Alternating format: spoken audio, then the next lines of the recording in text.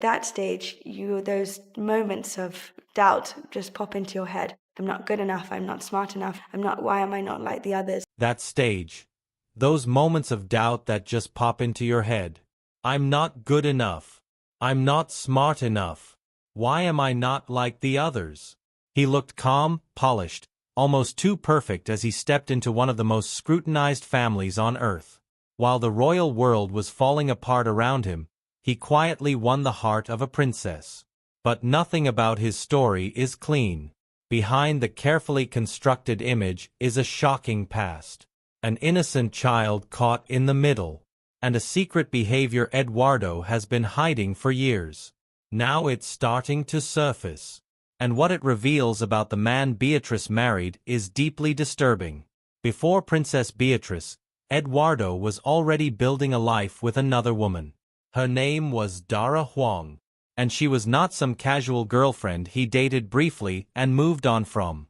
She was Harvard-educated, an internationally respected architect who would go on to build her own design firm entirely from scratch. She was accomplished, brilliant, and by every account, deeply committed to the future she and Eduardo were constructing together. They were engaged. They were planning a life. But even inside that life, even before the cracks became visible to anyone on the outside, something was already breaking apart from within. Something happened that should have pulled them closer together. It didn't. Dara fell pregnant. And somehow, instead of bringing warmth, it felt wrong. Almost like a curse had been placed on them. Several people close to the couple have suggested that tension was already forming during that period in ways that no one on the outside could see or even sense. Some claim they went weeks, entire weeks, without exchanging so much as a single word. That means she may have carried that child in near-complete silence while everything she had built around her was quietly, invisibly collapsing. Dara understood what that meant. She knew that bringing a child into an already fractured situation carries one brutal truth: if it falls apart, she would be the one left carrying everything alone. So she fought. She genuinely fought for it. And then one night, everything snapped. It started the way so many arguments do. Slowly, then all at once. According to those close to the situation, something was said that crossed a line that could not be uncrossed. And in that moment, Dara lost all control. She told him that if he wanted to walk away, then he could walk. She was done begging for something that already felt broken beyond repair. She would raise this baby alone. And one day, that child would know exactly who stayed and exactly who left. For the rest of that week, those who saw her said her eyes were swollen and red. Not from one night of crying. From months of accumulated stress, fear, and exhaustion that had finally run out of places to hide. After that night, nothing between them was ever the same again. And still, the outside world saw absolutely none of it. In 2016, Wolfie was born. Christopher Wolf Mapelli Motzi. A child brought into a situation that was already deeply unstable, even if no one dared say it out loud. Then something even more unsettling followed. In 2017, Eduardo and Dara were still being photographed together. Public events, social appearances, smiling, standing side by side as though everything was perfectly fine. But behind those images, a completely different reality was unfolding. What people were being shown did not match what was actually happening. Because by 2018 it was over. Just like that. And here is the detail that makes the whole thing feel even stranger. Their engagement had never been formally announced. Which meant there was nothing formal to dissolve either. It just vanished. Quietly. Completely. And that silence is precisely where this story starts to feel deeply wrong. Because when something this serious collapses, people speak. They defend themselves. They try to control the narrative. Here, nothing. A complete and total shutdown. Then came the moment that permanently changed how this story is understood. Within mere months of that breakup, Eduardo was seen publicly with Princess Beatrice. It felt too fast. It felt like something did not line up. When did that relationship with Beatrice actually begin? Did it start after the engagement with Dara ended, or was it already quietly forming before things officially broke? No one has ever answered that question directly. But there is one part of this story that cannot be hidden, cannot be softened, and cannot be ignored. Wolfie. He was right there in the middle of all of it. A little boy whose life became permanently linked to the British royal family through a relationship his mother had absolutely no control over. This is the foundation of everything that follows. Eduardo did not enter the royal family alone. He brought a broken engagement, an unresolved past, and a child whose entire world had already been altered before he was old enough to understand why. To understand how Eduardo became the kind of man who could walk away from one life and step directly into another without missing a beat, you have to go back to where it all began. Because the way he handled everything that came later was not accidental. It was learned. And it was learned early. Those who have followed his story closely point to one specific year as the moment that shaped everything. 2011. What happened that year left a mark that never fully healed.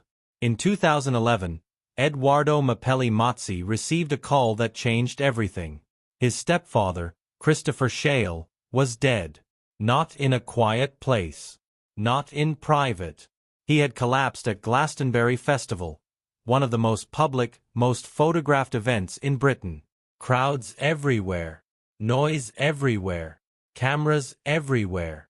And just days before his death, his name had already been dragged across every major headline in the country because of a leaked political memo he had written himself. Brutal, unfiltered words about his own party. He had described local members as embarrassing and socially awkward. It spread instantly across every major newspaper in Britain. So when he died, it was not simply grief the family had to carry. It was exposure.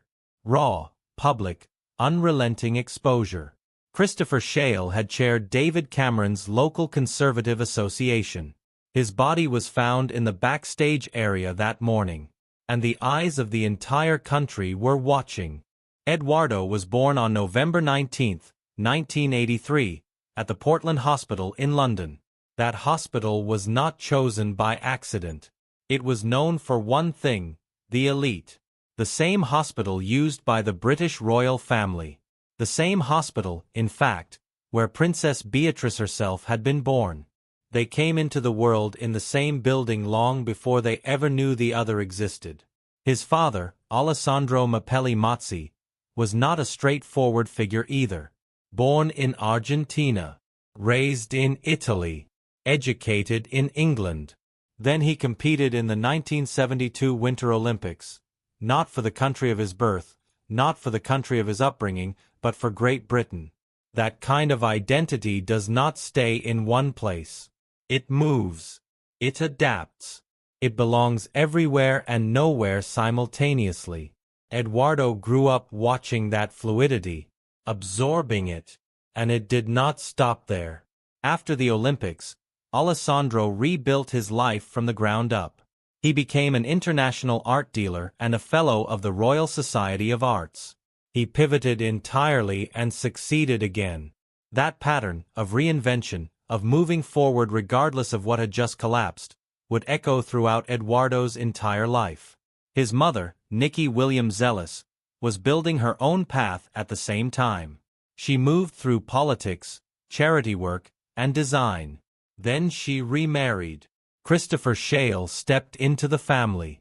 Eduardo grew up inside a blended household, a stepfather, a half-brother, two distinct worlds held together under one roof. That structure, notably, would repeat itself in his own life decades later. But there is another layer of his background that people frequently mention and rarely explain with full honesty. The title. Eduardo carried the title of Count of the Kingdom of Italy. It came through his family line, granted in 1913 by King Victor Emmanuel III to the Mapelli Mazzi family, likely as recognition of their status, loyalty, or service to the monarchy. Passed down through generations. At first glance, it sounds impressive. But that same King Victor Emmanuel III later signed Italy's racial laws in 1938. Laws that stripped Italian Jews of their citizenship, their livelihoods, their children's right to attend school, and their fundamental right to exist within society. Those laws did not stop at humiliation. They opened the door directly to the deportation of thousands of Italian Jews to Nazi concentration camps.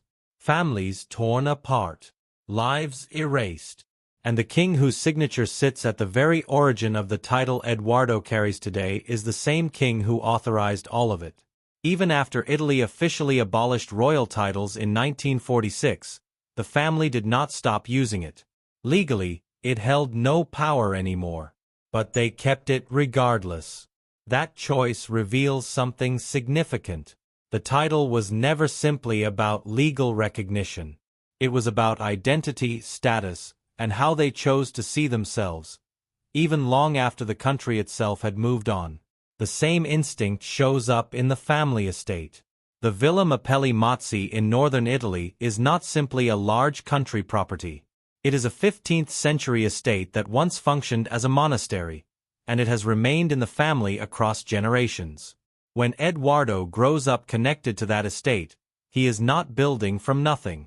He is stepping into something ancient, something already vast, something that existed centuries before him and is expected to continue long after. His life was shaped by a family that holds tightly to its history, its status, and its identity, and refuses to let any of it fade. Edoardo was educated at the Dragon School in Oxford, one of the most elite preparatory schools in Britain. After that came Radley College. Then a master's degree in politics from the University of Edinburgh. Every major door had been opened for him long before he ever reached it. But none of that prepared him for what 2011 actually felt like. Losing Christopher Shale in that way, at that moment, under that level of relentless public scrutiny, forced something deep into him at a young age. When your family name is pulled through the media, you do not get the luxury of falling apart where anyone can see. You learn to project strength. You learn to keep moving, even when everything underneath you feels completely unstable. After that loss, Edoardo helped co-found a charity. He cycled overnight through